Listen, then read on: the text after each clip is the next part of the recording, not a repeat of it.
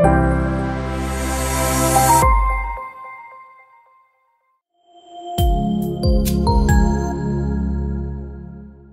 suis professeur Iman Zineb, je suis professeur de pédiatrie à l'hôpital d'enfants de Rabat, spécialiste en diabétologie, endocrinologie pédiatrique. Donc, je suis parmi vous aujourd'hui grâce au laboratoire TerraPharma. Donc, je remercie vivement. D'ailleurs, je tiens à les remercier aussi pour leur implication dans la prise en charge de l'enfant diabétique au Maroc grâce à le rapport en matière de contrôle glycémique et l'autosurveillance glycémique de l'enfant diabétique. Donc, vous savez tous que le diabète de l'enfant, c'est une maladie auto-immune. Vous arrivez à entendre maintenant? Non? Il y a beaucoup de bruit à l'extérieur. Hein. Donc, le diabète de l'enfant, c'est une maladie auto-immune. Et par définition, le diabète de l'enfant, c'est un diabète qui est instable. Pourquoi on dit que c'est un diabète instable? Parce que il est secondaire à une carence totale en insuline du fait du processus auto-immune qui est très agressif. Parce que un enfant, un nourrisson, il a un mode de vie irrégulier. On ne peut pas dire à un enfant de ne pas jouer. Parfois, on ne peut pas lui imposer un rythme de repas régulier. Il est dépendant, les nourrissons, les enfants, ils sont dépendants de leurs parents. Et donc, pour faire le traitement, et surtout, les besoins en insuline varient avec l'âge, avec la puberté, avec la croissance. Le deuxième point de diabète de l'enfant, c'est qu'il y a un risque très très important de complications aiguës et même chroniques à long terme. Pourquoi? Parce que du fait de l'instabilité du diabète et du fait de la longueur d'exposition. Un enfant qui va faire le diabète à l'âge de 1 an, il va vivre jusqu'à 70 ans s'il est 80 ans s'il est bien équilibré. Mais s'il n'est pas bien équilibré, au bout de 20 ans, il va avoir 100% de risque de rétinopathie avec 30% de risque de néphropathie. Le diagnostic est très très très facile. Donc s'il y a un message que je voudrais transmettre aujourd'hui, c'est que le diagnostic de diabète de type 1 chez l'enfant est un diagnostic très très facile. Il suffit d'avoir un enfant qui a un syndrome polyuro-polydipsique. Les parents rapportent très fréquemment cette notion d'un enfant qui boit beaucoup, qui se lève la nuit pour faire pipi et que même il recommence à faire pipi au lit. C'est un élément très très important de diagnostic. Et donc, quand on a un enfant qui a cette symptomatologie, il suffit de faire une glycémie capillaire. On ne va pas aller faire beaucoup de bilans. Non, une glycémie capillaire au cabinet, à l'hôpital, et on a, si la glycémie est faite à jeun, si on a une glycémie supérieure à 1,26 g, c'est un diabète. S'il y a la glycémie à n'importe quel moment de la journée, elle est supérieure à 2 grammes, c'est un diabète. Et si on a, au niveau de la bandelette urinaire, la présence de glucose et ou de l'acétone, c'est un diabète. Donc, on n'a pas besoin parce que fréquemment, quand on voit des enfants qui arrivent avec une cétose, acidocétose, ils ont consulté, ils sont partis chez le médecin, il a pensé, alors il demande un bilan, il a un syndrome polyuro-polydipsique, alors il demande un ECBU, une hémoglobine glyquée, une glycémie au laboratoire, on n'a pas besoin de ça. Il suffit de faire la glycémie capillaire au cabinet et on a le diagnostic. Alors, pour l'hémoglobine glyquée, là aussi, elle n'a pas un grand intérêt dans le diagnostic de diabète. Un enfant symptomatique qui a une glycémie à jeun supérieure à 1,26 g, une glycémie à n'importe quel moment de la journée supérieure à 2 grammes, c'est un diabète jusqu'à preuve du contraire.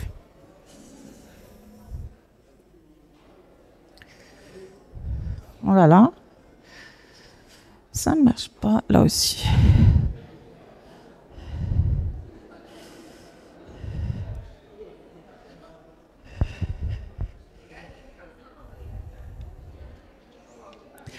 Voilà, donc... Alors, quelques données épidémiologiques qui vont vous alarmer, qui vont vous inquiéter pour l'avenir de nos enfants. Il faut savoir que le diabète de l'enfant, on sait tous que c'est une maladie auto-immune, mais malheureusement, l'incidence est de plus en plus élevée dans le monde.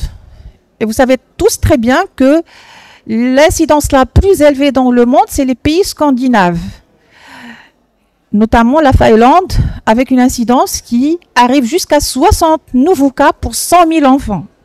Donc c'est énorme pour un petit pays que la Thaïlande. Alors, mais il y a un élément très très important, c'est que le Maroc, malheureusement, on n'a pas de statistiques.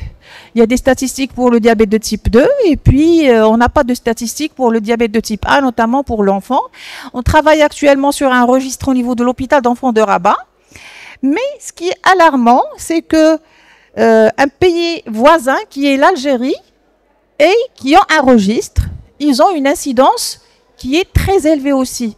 Et donc si l'IDF, la Fédération internationale de diabète de l'enfant, elle a extrapolé les données de l'Algérie et si on a, c'est le même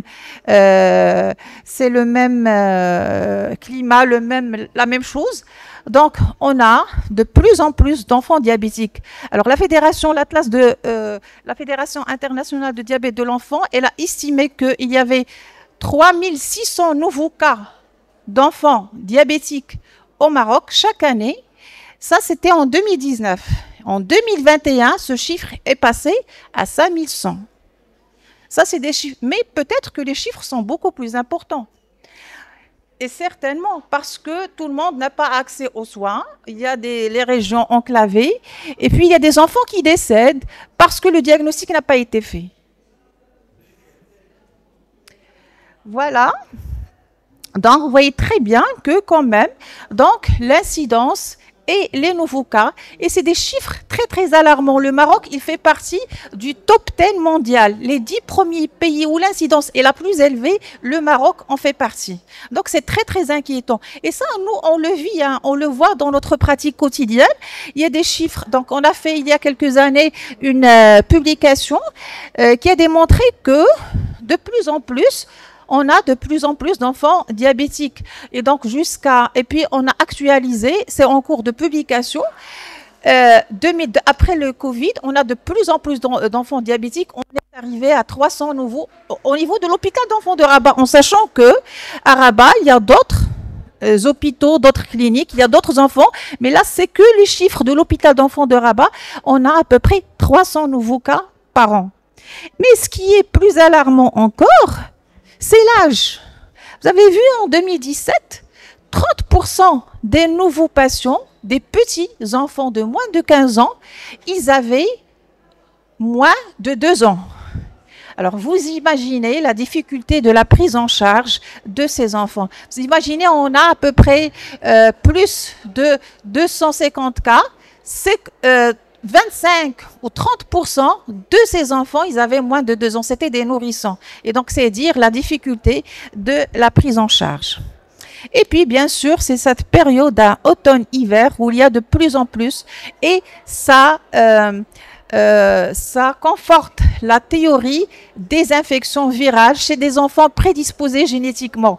Et on va y arriver. Donc, l'histoire naturelle de diabète de type 1, parce que les enfants, les parents, ils commencent à poser cette question. Dès que on fait le diagnostic de diabète de type 1, les parents, ils disent « pourquoi mon enfant, il fait un diabète ?»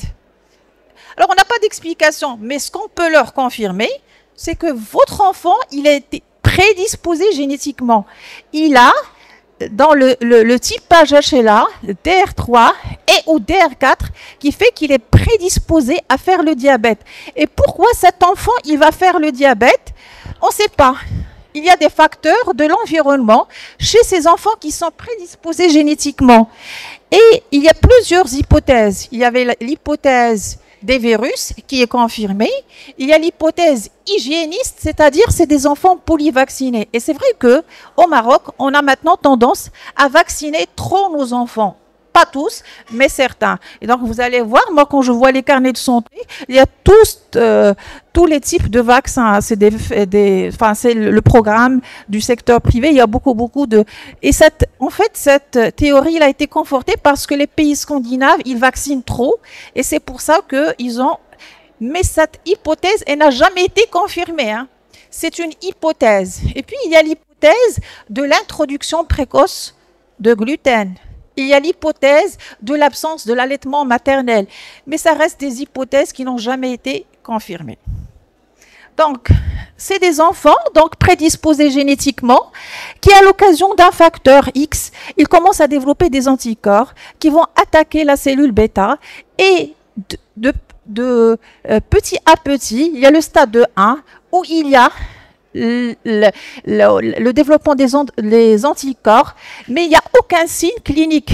La maladie, elle est silencieuse, elle progresse, la destruction de la cellule bêta, il n'y a aucun signe clinique de dysglycémie. Mais à partir du stade 2, on va avoir des signes de dysglycémie, mais sans impact clinique. Mais c'est qu'à partir du stade 3 qu'on va avoir le syndrome polyopolyleptique et autres signes. Et après, le stade 4, c'est la dépendance totale à l'insuline avec l'installation de diabète à 100%. Alors, ce qui est actuellement enfin, réconfortant, c'est que maintenant, on commence à travailler sur cette partie avant l'installation du stade 3 ou stade 4. Et on commence à proposer des traitements qui se coûtent très cher. C'est maintenant, il y a l'AMM, mais chez les plus de 18 ans, c'est pas encore chez les enfants malheureusement. C'est pour retarder, c'est pas pour guérir, mais pour retarder l'arrivée au stade 3, au stade 4. Si on a des enfants prédisposés génétiquement qui ont plus de 2 anticorps positifs, il y a un risque élevé qu'ils fassent un diabète. Voilà donc toujours l'histoire naturelle. Donc c'est toujours les anticorps. Et puis les anticorps, on a maintenant plusieurs types d'anticorps. Les anti-IA2, les anti-glutamate décarboxylate et les anticorps anti-transporteurs de zinc 8 avec le dosage de peptide C. Parfois les parents ne sont pas convaincus du diabète, il faut demander ce bilan. Vous allez leur dire, voilà, les anticorps sont positifs. Le peptide C, il est indétectable ou très bas. Votre enfant, il a bel et bien un diabète de type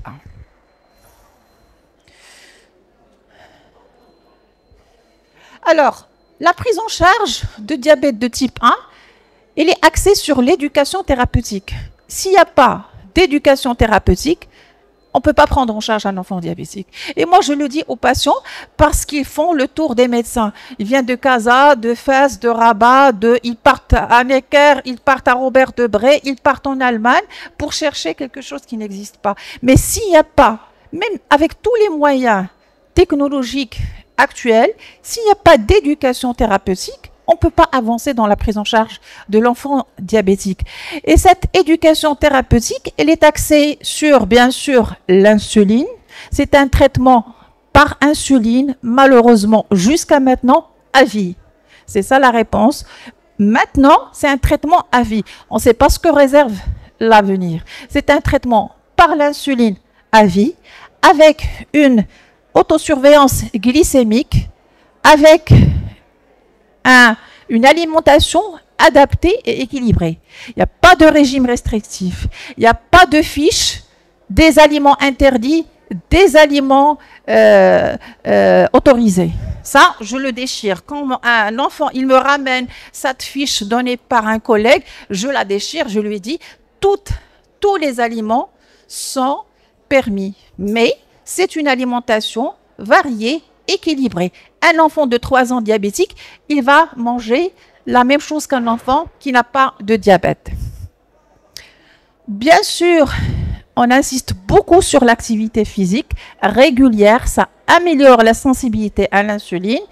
Et bien sûr, c'est une maladie chronique, elle nécessite un accompagnement psychologique au long cours de la maladie, et de l'enfant et de ses parents. C'est très difficile d'annoncer déjà le diagnostic. C'est très très difficile de vivre avec le diabète. C'est très très difficile. C'est une maladie, comme on dit, elle ne dort jamais. Il faut faire la glycémie avant de manger. Si il va faire une activité physique, il faut faire la glycémie. On a peur des hypoglycémies, on a peur des hyperglycémies. Alors, s'il veut manger un gâteau, il doit faire une injection d'insuline. Bon, c'est une maladie qui est très, très quand même astreignante. Donc, il y a nécessité d'un apport psychologique. Écoutez ses parents. La consultation de diabète de l'enfant, c'est pas une consultation de donner une ordonnance d'insuline ou de bandelettes glycémiques. Non, c'est une consultation. On discute beaucoup. On discute, ça prend beaucoup de temps, c'est vrai. Et donc, c'est pour ça qu'on demande qu'il y ait plus de ressources humaines, des compétences qui peuvent prendre en charge ce type d'enfants et leurs parents. Donc, l'insuline, vous savez très bien qu'au Maroc, l'insuline humaine, elle est distribuée gratuitement au niveau des centres de santé et on peut avoir aussi le gold standard du traitement de diabète de l'enfant, c'est un schéma basal-bolus aux analogues de l'insuline. Le problème, c'est que ça coûte cher, c'est pris en charge par les organismes d'assurance, mais il faut payer. Puis, c'est pas comme vous allez à la pharmacie, vous allez prendre votre traitement parce que c'est quand même, quand on a calculé, c'est quand même 2000 à 3000 dirhams par mois. Donc, le minimum, hein, ça coûte, toutes les familles ne peuvent pas se permettre de payer, même si ils vont être remboursés, mais ça fait quand même une charge. Donc, on aimerait bien que, au niveau des structures du ministère de la Santé, l'assurance maladie, que ces enfants partent à la pharmacie avec une ordonnance, ils aient leur traitement gratuitement et ils soient pris en charge à 100% par l'État. Donc, le diabète, on peut traiter par les insulines humaines. C'est 2 injections par jour. C'est un mélange d'insuline rapide et d'insuline NPH. On fait le matin. Et vous voyez très bien ici, c'est un schéma qu'on fait encore parce que c'est distribué gratuitement. Donc et ça donne de bons résultats. Hein. C'est vrai que c'est un schéma très ancien, mais au long terme, il a donné de bons résultats. Donc, on fait l'injection, un mélange de rapide et de NPH, et on insiste beaucoup, c'est pas l'insuline prémixée, c'est pas le Mixtar, c'est pas le Novomix, c'est une insuline, c'est un mélange de rapide et de NPH humaine. Pourquoi? Parce qu'on peut prendre 3 unités de rapide, 4 unités de NPH. Le lendemain, il a une glycémie plus élevée, je vais rajouter un peu de rapide seul et laisser 4 unités. Donc, j'ai cette possibilité de manier les insulines. Et vous voyez très bien, ça, le jeûne, ça c'est la durée d'action de la rapide avec un pic. Et la durée d'action de la NPH avec un pic vers 11 heures, c'est ça, vers 10 heures. Et donc c'est pour ça que dans ce schéma, il faut absolument prendre une collation à 10 heures d'aliments glucidiques, c'est-à-dire un féculent. On insiste beaucoup sur, alors les enfants qui veulent prendre un biscuit, une viennoiserie, un morceau de cake, on leur dit, bien sûr, ils ont le droit de le manger. Et là, à midi, il n'y a pas d'injection. Et vers 19 h, on refait l'injection du dîner. Et vous voyez très bien que c'est un schéma à 2 injections. Mais le problème, c'est les pics, donc le risque d'hypoglycémie. Et on est tenu par les horaires. Il faut respecter les horaires d'injection et de repas. Le schéma basal-bolus, c'est un schéma qui fait, voilà, qu'on donne, tous les soirs, on donne une insuline basale, analogue, qui, malheureusement, il n'y a pas vraiment l'effet plat, hein. Il y a toujours un pic avec un risque d'hypoglycémie. C'est pour ça qu'on travaille toujours sur les insulines pour les améliorer. Et puis, avant chaque repas, il faut faire l'injection pour couvrir le repas. Et c'est des insulines, les analogues rapides, ils ont une durée d'action de 3 heures avec un pic au bout d'1 heure. Et donc, il faut au moins faire 3 injections par jour, une 4e injection de rapide pour le goûter l'après-midi et tous les soirs, une injection de basal, ce qui fait quand même 5 injections par jour.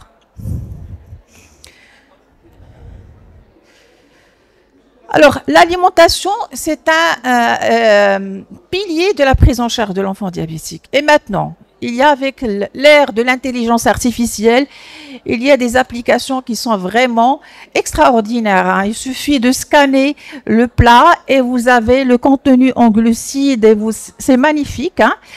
Mais nous, on a fait, ça c'était il y a longtemps, hein, c'est en 2010, ça fait 15 ans maintenant, et on travaille avec parce que ça a été fait par le professeur Amina Balafrej et la diététicienne du service. Il y a des aliments marocains, c'est-à-dire le couscous, le pstela, le raïf, le harsha. Ça, c'est des aliments qu'on ne retrouvait pas dans les applications étrangères. Donc, on a travaillé ça, le harira, le boula, ça, tout ça. Et donc, ça contient le contenu en glucides, pas l'index glucidique. En pédiatrie, on ne fait pas beaucoup attention à l'index glucidique, mais surtout le contenu en glucides. Mais il y a un élément très très important. On fait toujours attention au contenu en glucides, mais on ne fait pas attention au contenu en protéines et au gras. Alors que, vous allez voir, quand on a un repas qui est riche, high fat, donc riche en gras, low protéines, c'est le rouge. Vous voyez très bien qu'il y a un pic de glycémie qui est avec un plateau qui reste dans le temps. Alors que si il y a low fat, low protéines, vous voyez très bien qu'il y a un pic, mais ça baisse très très rapidement. Cela suggère que le gras, ça potentialise l'hyperglycémie. Et donc, il faut faire attention aux aliments gras. Et ça a été confirmé d'ailleurs, vous voyez là aussi, hein, les 3 courbes, hein, donc avec low fat, low protein, low fat, high protein, high fat and low protein. On voit très bien que le gras, il a une grande conséquence sur l'augmentation de la glycémie. Avec le maintien en plateau, les glycémies restent très très élevées.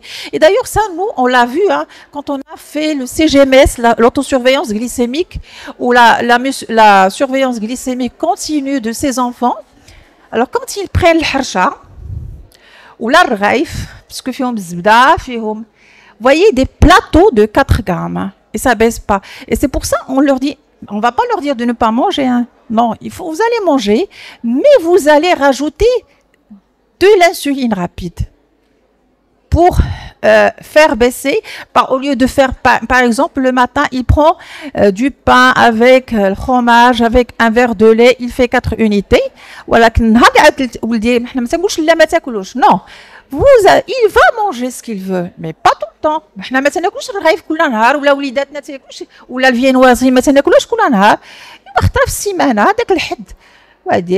Tu fais, voilà, et au lieu de faire 4 unités, tu vas faire 6 unités.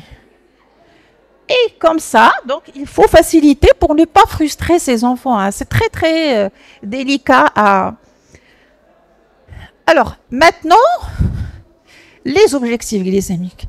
Ça a été démontré qu'un traitement intensif par les études DCCT, par l'étude EDIC, qu'un traitement intensif qui fait appel au schéma basal-bolus, que ce soit au stylo ou à la pompe à insuline, avec une surveillance glycémique très très fréquente, ça donne de très bons résultats à long terme. Ça diminue déjà les complications microvasculaires et macrovasculaires.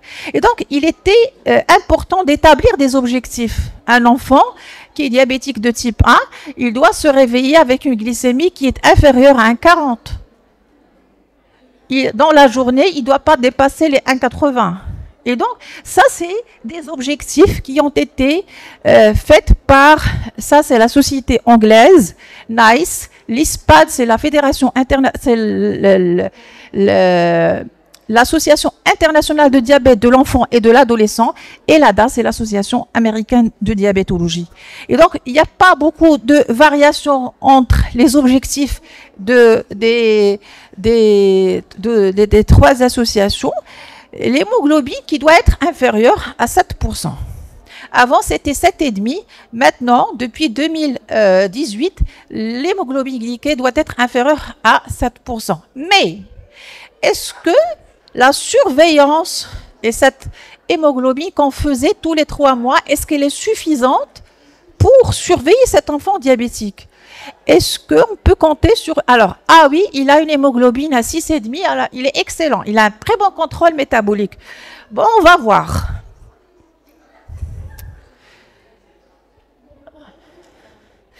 Donc, on a parlé donc de tout ça, et puis surtout, l'impact, parce qu'on s'est rendu compte, on a des nourrissons, on a vu que 25% en 2017, 25% des enfants avaient moins de 2 ans. Ils étaient soumis sous insuline. Alors le risque le plus important, c'est l'hypoglycémie. Et l'hyperglycémie, mais surtout en bas âge, on craint beaucoup les hypoglycémies. Mais ces variations entre hyper font que il y a ça a été démontré, ils ont fait des IRM, des études, que ces enfants petits qui ont un diabète et qui font des variations glycémiques importantes avec des excursions très très importantes, il y a un retentissement sur le développement cognitif. Ces enfants, ils vont avoir des difficultés scolaires quand ils vont être scolarisés. Et c'est pour ça d'ailleurs, ça a poussé les responsables à développer des systèmes de mesure continue à surveiller encore plus cette glycémie pour éviter, prévenir ces hypoglycémies et surtout ces excursions hypo-hyper. Alors, donc l'hémoglobine glyquée, on en a parlé, donc est-ce que c'est fiable? Est-ce qu'on peut se contenter? Voilà, je le vois tous les 3 mois, je vois le carnet, bon, il fait son insuline, il a une hémoglobine glyquée à 7, 7,5, pas mal. 6,5, mais est-ce que c'est suffisant? D'autant plus que parfois on a chez les enfants qui sont drépanocytaires, thalassémiques, anémiques, il y a des problèmes avec la mesure de l'hémoglobine glyquée. On a ce bel exemple de 2 patients qui ont un système de mesure continue de glycémie. Alors tous les deux, ils ont patient 1, il a une hémoglobine glyquée à 7,1 avec une moyenne à 143. Et vous voyez très bien comment est sa courbe. Donc, il reste un peu, il est élevé, mais bon. Et le deuxième patient, il a presque la même hémoglobine glyquée. Mais vous voyez très bien qu'il arrive à 4 grammes, il fait des variations glycémiques avec des excursions très très importantes. Alors cet enfant, même avec une hémoglobine glyquée comme ça, il va développer des complications microvasculaires et macrovasculaires à long terme. Donc, c'est pour ça que ils ont travaillé à l'échelle mondiale, ils ont travaillé, d'ailleurs depuis des années, on travaille en Europe, un enfant diabétique égale un système de mesure continue de glycémie. Parce que on ne peut pas suivre, et c'est astreignant de ne pas faire des glycémies, de faire des glycémies à un nourrisson ou un enfant de 3 ans, de le piquer 10. Il y a moi, je connais des mamans, ils me disent, moi, je fais 10 glycémies par jour, le minimum chez les nourrissons. C'est un peu, c'est très facile. Enfin, ça fait mal, hein. En plus, ça te fait très, très mal. Donc, il y a les mesures système de mesure continue du glucose, et grâce à ces systèmes de mesure, on a établi le tir ou le temps dans la cible. Et maintenant, quand on a des enfants qui ont ce système, on voit ce graphique, et s'il a plus de 70% du temps dans la cible, entre 70 à 180, ça veut dire qu'il est bien équilibré. On n'a même pas besoin de l'hémoglobine glyquée pour dire qu'il est bien. Cet enfant, il passe 80% par exemple de son temps dans les normes. Donc, il ne fait pas du tout d'hypoglycémie, il fait très peu d'hyperglycémie. Et donc, c'est pour ça que cet élément de mesure et de surveillance de glycémie est très très important. Il a d'ailleurs moi, je pense que moi j'ai assisté en 2013, c'était à Bordeaux, où ils ont présenté le freestyle. Moi, j'avais dit à l'époque, ça va être une révolution. Et c'est vrai, c'est une révolution, ça, parce que ça facilite beaucoup la vie des parents, des enfants. Alors, il y a juste un petit capteur qui est placé et qui est changé tous les 14 jours. Alors, au niveau du Maroc, il n'est pas encore pris en charge. Et les parents se débrouillent quand même. On a à peu près 30 à 40% des enfants qui font ça, ces mesures. Ils le ramènent de France, d'Espagne, de partout dans le monde. Donc, il n'est pas pris en charge. Et puis, parfois, il peut donner certaines allergies au point au site de pause. Alors maintenant, malheureusement, au Maroc, on n'a pas à la portée de tout le monde, mais on a les bandelettes glycémiques et ils sont remboursés. Il n'y a pas de limite. Moi, il y a longtemps, j'ai rencontré le responsable de la CNOPS. Il m'a dit, vous savez que pour les enfants, il n'y a pas de limite pour les bandelettes. Il peut faire jusqu'à 10, 15 par jour, il sera remboursé. Mais c'est ça le problème, c'est le remboursement. Il faut que les parents n'achètent pas. Il faut qu'ils aient et surtout pour un enfant qui a 4 ans, 5 ans, 2 ans, 3 ans, il faut suivre. Les parents, ils paient de leur propre poche pour bien surveiller leur enfant. Donc, les objectifs de l'autosurveillance glycémique, là maintenant, on a entre 70 à jeun et 144. Et dans la journée, ça ne doit pas dépasser les 1,80. Mais parfois, pour les petits, la prise en charge, elle doit être personnalisée. On ne va pas... non, comme j'ai beau, 80, 1 gramme, non. Mais les petits, pour les petits, les moins de 5 ans, 3 ans, 4 ans, 2 ans, on leur dit que ce n'est pas 70, hein, c'est 80, 90. Et d'ailleurs, même si certains enfants qui font parfois le capteur, on ne fait pas le 70 parce que 80, on leur met les limites entre 80 et 180, comme ça, il n'y a pas de risque d'hypoglycémie. Donc c'est personnalisé, c'est en fonction de l'âge et de beaucoup d'autres, surtout s'il y a une pathologie associée. Voilà. Alors le minimum, c'est la Société internationale de diabète de l'enfant, elle dit que le minimum, c'est 6 bandelettes, 6 glycémies capillaires par jour. C'est-à-dire le matin au réveil, avant le petit déjeuner, avant le déjeuner, avant le goûter, avant le dîner, au coucher et parfois pendant la nuit à 3 heures du matin. C'est un peu difficile. Surtout que maintenant, avec l'ère de production, on trouve de tout dans le marché.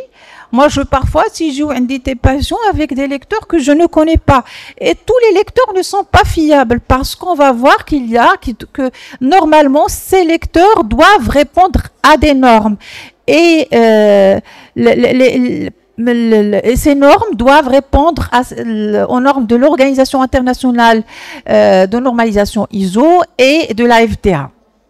Et donc, il faut toujours conseiller à l'enfant diabétique ou à n'importe quel un bon lecteur glycémique. Parce que parfois, nous, on travaille beaucoup sur ça et on nous ramène des lecteurs glycémiques. Donc, on fait la surveillance glycémique continue, on compare avec les lecteurs glycémiques et on voit parfois des variations très très importantes.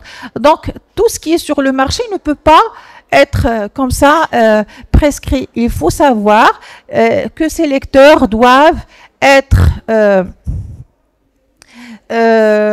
conformes et donnés pour qu'ils donnent des résultats. Ces résultats doivent être exacts. Ils sont en rapport d'ailleurs avec la méthode. Et donc, tout maintenant, la plupart des lecteurs glycémiques qui donnent de très bons résultats, ils utilisent un système enzymatique, le GDH et FID. Et ça empêche, cette enzyme, elle a la moindre interférence avec les facteurs qui peuvent faire baisser ces glycémies. Donc, il faut absolument s'assurer que ces lecteurs répondent à ça.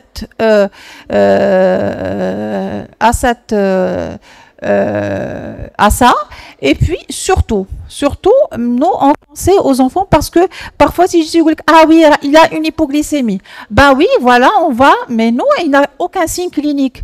C'est vrai que parfois, les hypoglycémies, ils sont infracliniques. Mais un enfant, oui, il a lavé, mais il n'a pas séché. Donc, ça va être dilué. Ou encore, il transpire beaucoup. Donc, c'est dilué. Ou là encore, quand on fait la piqûre au stylo, et puis on commence à presser. Parce que, et ça sort, il y a de la lymphe qui sort et qui va fausser le résultat de la glycémie. Donc, il faut que les mains soient propres, sèches, que l'enfant n'a pas touché un biscuit ou du pain, parce que parfois il y a des hyperglycémies alors que l'enfant il avait un biscuit à la main, il n'a pas lavé les mains. Et donc il y a beaucoup de choses qui peuvent interférer avec la glycémie. Et surtout, il y a les enfants qui présentent des anémies, il y a des enfants qui ont des hémoglobinopathies, et donc quand on fait une glycémie, ça peut, le fait qu'il soit anémique, ou ça peut fausser le résultat de la glycémie. Donc, il faut qu'il y ait des lecteurs adaptés qui ont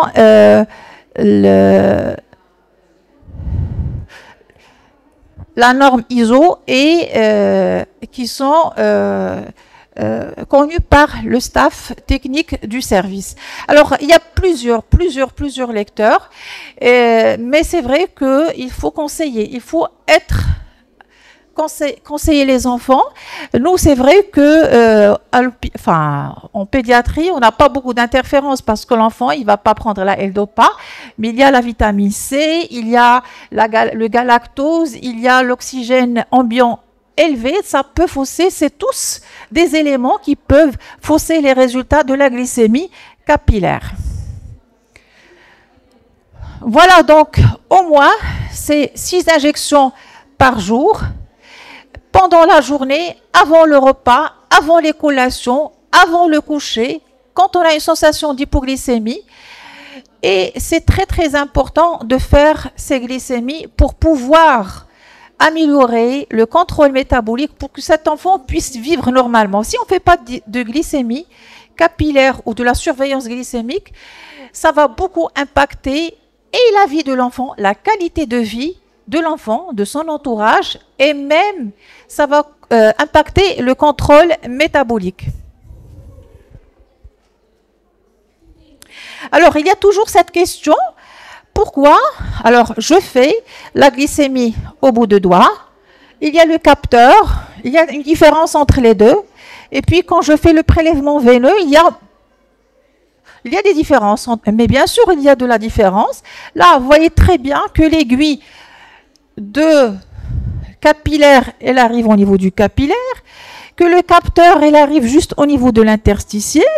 Et c'est pour ça que au niveau de la veine, le sang, quand il y aura par exemple 2 grammes, ici il va y avoir 1,80 g et là il va y avoir 1,60 g. Et c'est la même chose ici. Vous voyez, toujours au niveau capillaire, ça va être plus élevé. Mais il ne faut pas qu'il y ait, pour qu'on sache qu'il y ait, c'est un bon lecteur, il va pas y avoir, c'est un bon système de mesure continue, il ne doit pas y avoir une grande différence entre les deux. Voilà. Alors, la bandelette urinaire, est-ce qu'elle a sa place? Est-ce que vous l'utilisez, vous, en tant que praticien? Oui, moi, quand je suis arrivée au service, il y a plus de 20 ans, on utilisait beaucoup la bandelette urinaire. Pourquoi? C'est très important parce que tous les patients n'ont pas accès à la bandelette sanguine, capillaire. Et la bandelette urinaire, surtout, on la conseille au réveil. Pourquoi? Parce que c'est les urines de la nuit. Et donc, les urines de la nuit, ils sont au niveau de la vessie. Le matin, il va faire pipi. Alors, quand on va faire cette bandelette urinaire, si on trouve du glucose, ça veut dire qu'il a passé quand même une certaine partie de la nuit sucrée, en hyperglycémie. C'est vrai que ça ne va pas donner quelle partie de la nuit, la première période, mais quand même, on a une certaine idée. Cet enfant, il est en hyperglycémie la nuit, on peut augmenter la dose. C'est le minimum. Quand on n'a rien, on travaille avec ce qu'on a, d'accord? Donc, on peut utiliser les bandelettes avec le sucre et l'acétone. Et donc, ça nous aidait beaucoup. Sincèrement, moi, quand j'ai travaillé beaucoup avec les bandelettes urinaires, ça m'aidait beaucoup à interpréter surtout les enfants qui ne pouvaient pas faire les bandelettes glycémiques. Alors, c'est vrai que maintenant, 40% des enfants qui sont hospitalisés, ils sont en cétose, en acidocétose diabétique, plus ou moins sévère. Hein. Donc, malheureusement, on continue à perdre des enfants qui ont en acidocétose diabétique. Hein. On a toujours des décès. 15 ans, moi, c'était ce Ramadan, il y avait un enfant de 15 ans qui venait de la région de Tifelt. 15 ans, il était dans un état catastrophique. Il est mort dans la journée, mais il était vraiment, vraiment en acidocétose sévère et personne n'a jamais fait attention aux signes cliniques. L'enfant, il était cachectique. Il a perdu beaucoup de poids et personne, ni ses parents, ni les médecins, les profs, c'était vraiment, ça m'a beaucoup touchée. C'était vraiment, il faut voir, donc toujours nous, quand il y a une admission, on fait la bandelette urinaire. Est-ce qu'il est en cétose? Est-ce qu'il n'est pas en cétose? Mais, moi j'étais, il y a longtemps à Robert Debré, déjà, on utilisait l'acétonémie, la recherche de bêta-hydroxybutyrate dans le sang. Parce que pour qu'on ait les cétones dans les urines, les corps cétoniques, il y a beaucoup de temps mais quand on fait et la glycémie capillaire et la recherche du corps cétonique, la bêta-hydroxybutyrate dans la bandelette glycémique, c'est des bandelettes à part, ça facilite les choses et on agit plus vite et peut-être qu'on améliore la qualité de la prise en charge. Maintenant, c'est disponible hein, je pense depuis l'année dernière, donc c'est disponible au niveau au Maroc, donc on travaille avec. Voilà, donc, les recommandations, ce sont des recommandations de la Société internationale de diabète de l'enfant et de l'adolescent. Et je me souviens toujours de ma première présentation, je l'ai présentée, j'étais très très jeune. Je suis partie remplacer professeur Balafrège à un congrès. Elle m'a dit, voilà, Zineb, tu vas présenter à ma place. Voilà, j'ai dit, voilà, il faut surveiller la glycémie, le minimum, c'est 4 fois. Nous, c'est ce qu'on fait au service, hein, avant le petit déjeuner, avant le repas, avant le dîner, au coucher, et parfois s'il y a des signes. Et puis, il y avait un collègue qui a intervenu, il m'a dit, non, mais vous êtes agressif avec ces enfants, vous faites la glycémie, Non, mais c'est pas nous, hein. C'est des recommandations internationales. Et d'ailleurs, le temps, il a donné raison à parce que maintenant, on travaille sur les systèmes de continu, la surveillance glycémique 24 heures sur 24 heures, tout le temps. Donc, c'est toute l'importance de la surveillance glycémique. L'hémoglobine glyquée n'est pas suffisante. Moi, je peux me passer de l'hémoglobine glyquée si j'ai un système de continu. Ça y est, je n'ai rien à faire avec l'hémoglobine glyquée. Et puis, donc, c'est très, très important d'établir des objectifs glycémiques. Mais il faut que ces objectifs glycémiques soient personnalisés. Les recommandations de la Société internationale, c'est des enfants en Europe et aux États-Unis, c'est des enfants qui ont la pompe à insuline, qui ont les systèmes de mesure continue de glycémie. Donc, ils exigent maintenant des hémoglobines glyquées à 6,5, des objectifs glycémiques qui doivent pas dépasser les 1,50 dans la journée. Hein. C'est comme une personne non diabétique. Donc, c'est parce que c'est les moyens technologiques. Mais nous, on doit faire avec les moyens qu'on a. Mais on peut pas demander à un enfant d'avoir une glycémie à 6,5 avec un risque d'hypoglycémie, alors qu'il fait pas une surveillance continue. Donc, il fait que 4 glycémies, même pas parfois 2 glycémies par jour, parce que ils économisent sur les bandelettes. Alors, il faut voir les conditions de certains enfants. Donc, ça doit être personnalisé, mais exiger le minimum. Le minimum, c'est 4. S'il ne fait pas 4, ça veut dire que il y a un risque d'hypoglycémie, d'hyperglycémie, d'excursion et un mauvais contrôle métabolique. Le gold standard pour le traitement, c'est vrai que maintenant, vous allez en Europe, aux États-Unis, il n'y a plus d'insuline humaine, il n'y a plus de schéma conventionnel. C'est le schéma basal-bolus, que ce soit au stylo ou à la pompe insuline. Puis certains pays, comme la Slovénie, tout enfant diabétique, c'est vrai, c'est un petit pays, il y a une petite population, tout enfant diabétique égale une pompe insuline avec un... Maintenant, d'ailleurs, avec la pompe à insuline, qui a presque la boucle qui est fermée, qui fait un travail extraordinaire. Les enfants sont très bien équilibrés et avec le système maintenant, l'intelligence artificielle, ça marche très très bien. Donc, on ne peut pas se baser sur les recommandations à 100% internationales parce qu'on n'a pas les mêmes moyens. On travaille avec les moyens de bord. Donc, on peut parfois être un peu moins rigoureux avec ses enfants et adapter la prise en charge. Donc, le temps dans la cible, dans 70% du temps, il faut que la glycémie soit dans la cible, entre 0,70 et 1,80. Comme ça, on garantit une bonne prise en charge, pas de complications aiguës et à long terme, pas de complications micro ou macrovasculaires. Les recommandations de l'ISPAD de 2022, ils n'ont pas changé en 2024. Donc, c'est au moins 6 à 10 bandelettes glycémiques par jour. C'est une hémoglobine glyquée inférieure à 7%. C'est des objectifs glycémiques de 0,70 à 1,80 dans la journée. À jeun, c'est entre 0,70 et 1,44. Quand on a les moyens de faire le système de mesure continue, il faut le prescrire. Quand on n'a pas les moyens, faire les bandelettes glycémiques. Et puis, quand on a les moyens, s'il y a, c'est le traitement par les stylos, c'est le traitement basal-bolus, pas le schéma conventionnel. Mais même la Société internationale, elle tient compte des centres à ressources limitées.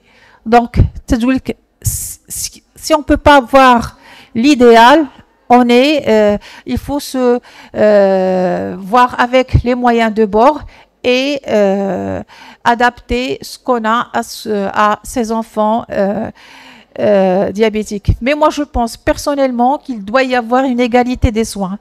Moi, je consulte, je vois des enfants qui ont des pompes à insuline avec la boucle presque fermée. Il y a des enfants qui ont beaucoup de moyens, qui ont les systèmes de mesure continus. Il y a des enfants qui n'ont même pas les bandelettes glycémiques et que vraiment, donc, il faut qu'il y ait, surtout chez l'enfant diabétique ou surtout dans les maladies chroniques. Voilà. Donc, en conclusion, l'autosurveillance glycémique est un élément qui garantit la bonne prise en charge et une meilleure qualité de vie et un meilleur contrôle métabolique de l'enfant diabétique. Donc, il faut se batailler pour que tous les enfants aient accès à l'autosurveillance ou au système de mesure glycémique continue. Et puis, toujours, il faut personnaliser la prise en charge. On ne va pas voir, voilà, c'est comme ça, on va faire. Non, il faut que ça dépend de l'âge, de la tolérance cutanée, du schéma insulinique et de l'accès aux technologies. Et je vous remercie.